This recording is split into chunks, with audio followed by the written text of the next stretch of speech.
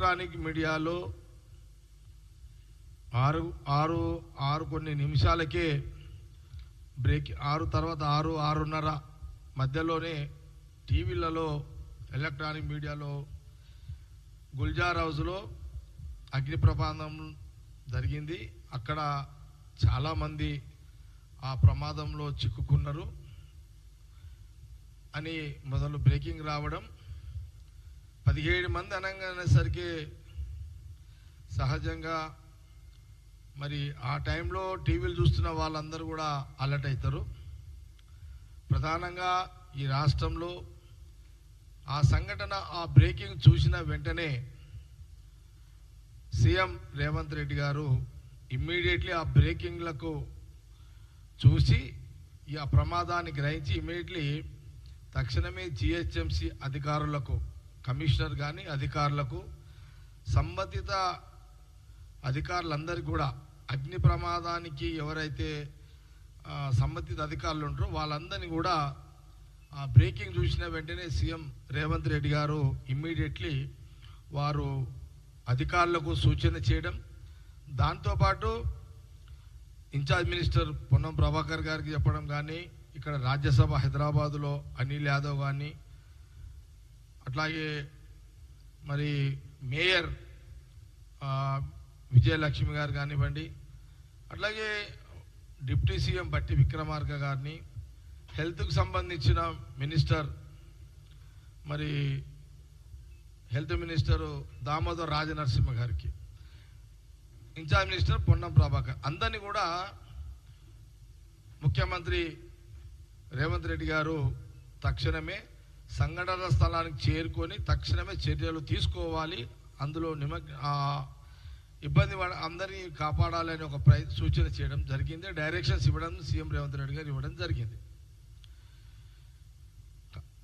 ముఖ్యమంత్రి గారు కూడా చాలామంది అనుకోవచ్చు సీఎం రేవంత్ రెడ్డి గారు కూడా విజిట్ అంటే ముఖ్యమంత్రి గారు ఆ టైంకి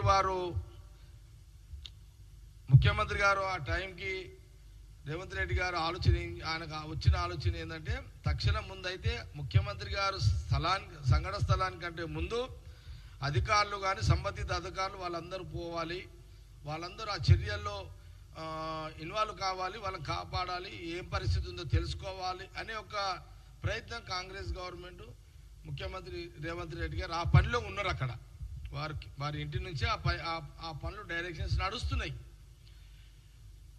నడుస్తూనే అప్పటికే ఎవరు మన నాగిరెడ్డి గారు వారు కూడా సంఘటన స్థలానికి చేరుకున్నారు.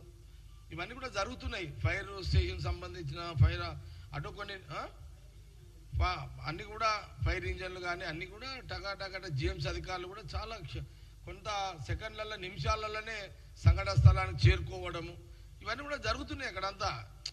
ఇప్పుడు ఇవన్నీ ఎందుకంటే ఈ రాష్ట్ర ప్రజలకు, తెలుగు ప్రజలకు కాంగ్రెస్ గవర్నమెంట్, కాంగ్రెస్ పార్టీ బాధ్యతగా పనిచేస్తుంది, చేసేది చెప్పుకోవాల్సిన అవసరం ఉంది. మా కాంగ్రెస్ గవర్నమెంట్ సీఎం రేవంత్ రెడ్డి గారు ప్రయత్నాలు ఈ రకంగా ఉదయము ఎప్పుడైతే టీవీలలో ఆ బ్రేకింగ్ చూసారో ఎవరికైనా షాకింగ్. అది మనం సామాన్య మానవులకైనా ఏ నాయకుడికైనా అది షాకింగ్. 17 మంది అందులో ఇరుకపోయారు, ఏంది పరిస్థితి అనేది ఎవరికైనా వాళ్ళందరూ బయటపడాలి, బాగుండాలని ఎవరైనా కోరుకుంటాం. అదంతా అందుకే ముఖ్యమంత్రి గారు సంఘటన స్థలానికి పోవడం కంటే ముందు అధికారులు పోవాలి, సంబంధిత అధికారులు పోవాలని వారు ఆ పని మీద ఉన్నారు. ఇప్పుడు ముఖ్యమంత్రి రేవంత్ రెడ్డి గారు సంఘటన స్థలానికి వచ్చిరనుకోండి, ఆ టైంకి అధికారులంతా డిస్టర్బ్ అవుతారు. అక్కడ పని జరగాల, ముఖ్యమంత్రి గారి యొక్క ఫోటో అంటే ఆయన సేఫ్టీ కోసం ఆయన చూసుకుంటూ కూర్చోవాలి అధికారులు. అందుకే ముఖ్యమంత్రి రేవంత్ రెడ్డి గారు సంఘటన స్థలానికి పోవడం కంటే బెటర్ వాళ్ళు ఉన్న వాళ్ళందరినీ ఎట్లా అక్కడ మనం ఏం చేయగలుగుతాము, దాంట్లో అధికారులు ఏం పని చేయాలనే దాని మీదనే వారు అలాంటి చర్యలు తీసుకున్నారు. ఇది రాష్ట్ర ప్రజలకు చెప్పాల్సిన బాధ్యత మాకు జిమ్మెదారు ఉంది, కాంగ్రెస్ పార్టీకి జిమ్మెదారు ఉంది. కాబట్టి ఇది నిజము, కాబట్టి ఇది వాస్తవాలు. కాబట్టి ఇందులో ఏ ముఖ్యమంత్రికైనా ఏముంటుంది, వాళ్ళు బయట పడితే బాగుంటుంది, వాళ్ళు బతికితే బాగుంటుంది అని ఒక ఆశ ఉంటుంది ఎవరికైనా. కాబట్టి ఆ ప్రయత్నాలు జరిగినాయి. ముఖ్యమంత్రి రేవంత్ రెడ్డి గారు ఉదయం డైరెక్షన్లో అనే విషయాన్ని నేను మీడియా ద్వారా ఈ సందర్భంగా తెలియజేస్తున్నాను. దురదృష్టం ఆ టైంలో వారు పడుకోవడము, పడుకునే టైం అది. మరి అట్లా అట్లా జరుగుతుందని వాళ్ళు అనుకోరు, ఎవరు అనుకోరు, అట్లా ఎవరు కూడా ఊహించరు. ఆ షార్ట్ సర్క్యూట్ కావడము, వాళ్ళు ఆ పొగ నిండిపోయి వాళ్ళందరూ ఆ ఊపిరాడక వారు చనిపోవడము, ఇదంతా నేను చెప్పినంత ఇదిగా ఉండదు. ఆ పరిస్థితులలో వాళ్ళ పరిస్థితి చాలా ఘోరంగా ఉంటుంది. ఆ పరిస్థితులలో అంటే వాళ్ళు కళ్ళు వాళ్ళు మేల్కొని వాళ్ళు తప్పించుకునే ఒక పరిస్థితులు కూడా లేకుండానే వాళ్ళు ఆ ఊపిరాడక ఆ పొగ నిండిపోయి శ్వాస ఆడక వాళ్ళు చనిపోవడం జరిగింది. ఇదంతా కూడా ఎన్ని ప్రయత్నాలు చేసినా కొన్ని సెకండ్లలో నిమిషాలలో ప్రాణాలు వెళ్ళిపోయినాయి వాళ్ళందరికీ. కాబట్టి అప్పటికి అధికారులందరూ అన్నీ పలగొట్టుకొని అంతా చేసుకొని లోపలికి పోయేసరికి జరగాల్సిన నష్టం అంతా జరిగిపోయింది. అందరం కూడా బాధపడుతున్నాము. ఇది ఎవరు కూడా బాధపడి ఏదో మనము ఓదార్పు చేస్తే పోయే సమస్య కాదు. నేను ఇదంతా ముఖ్యమంత్రి రేవంత్ రెడ్డి గారు వారి చిన్న direction, Ponnam Prabhakar in charge ministers అంతా వాళ్ళు కూడా అందరు రావడం, డిప్యూటీ సీఎం దామోదర్ గారు, అనిల్ యాదవ్ ఫీల్డ్లోనే ఉన్నాడు, మేయర్ ఫీల్డ్లోనే ఉన్నారు. ఎవరి పనులు చేస్తున్నారు.